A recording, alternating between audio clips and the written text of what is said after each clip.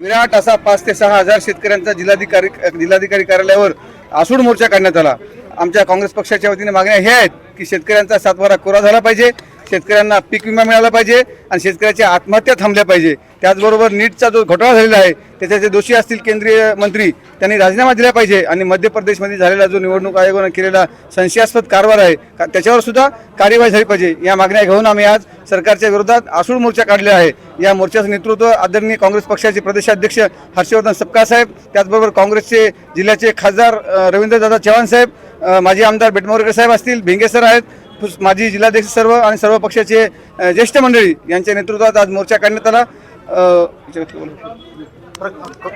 प्रदेशाध्यक्ष हर्षवर्धन सपकाळ यांनी 17 तारखेला एक ट्विट केलं होतं आणि जे गद्दार ऑपरेशन टायगरमध्ये 6 खासदार आहेत ते महाविकास आघाडीचे गद्दार आहेत, कारण ते महाविकास आघाडीतर्फे निवडून आलेले आहेत असं ट्विट केलं होतं। मात्र 18 तारखेला स्थानिक काँग्रेसने सरळ महाविकास आघाडीच्या कृष्ण आष्टीकर यांना मतदान केलं, असं का झालं?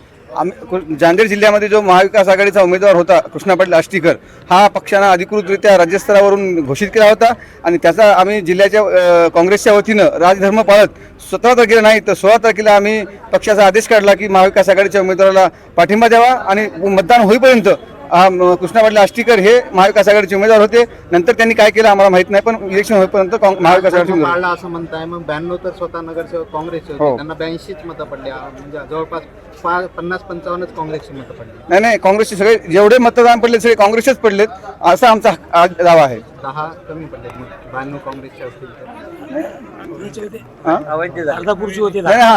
अर्धापूर मध्ये नगर परिषद अशोक चव्हाणसोबत गेलेले एक 10 ते 15 नगरसेवक होते जे आणि अवैध पण झाले, काही 23 नगरसेवक मतदानांचे अवैध झाले।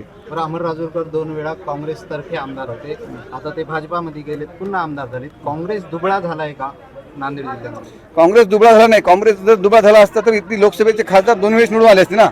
हे मतदान जे आहे हे नगरसेवकांचं संख्याबळ त्यांच्याकडे जास्त असल्यामुळे त्या 3 सत्तेतले पक्षांनी एकत्र इलेक्शन लढलं।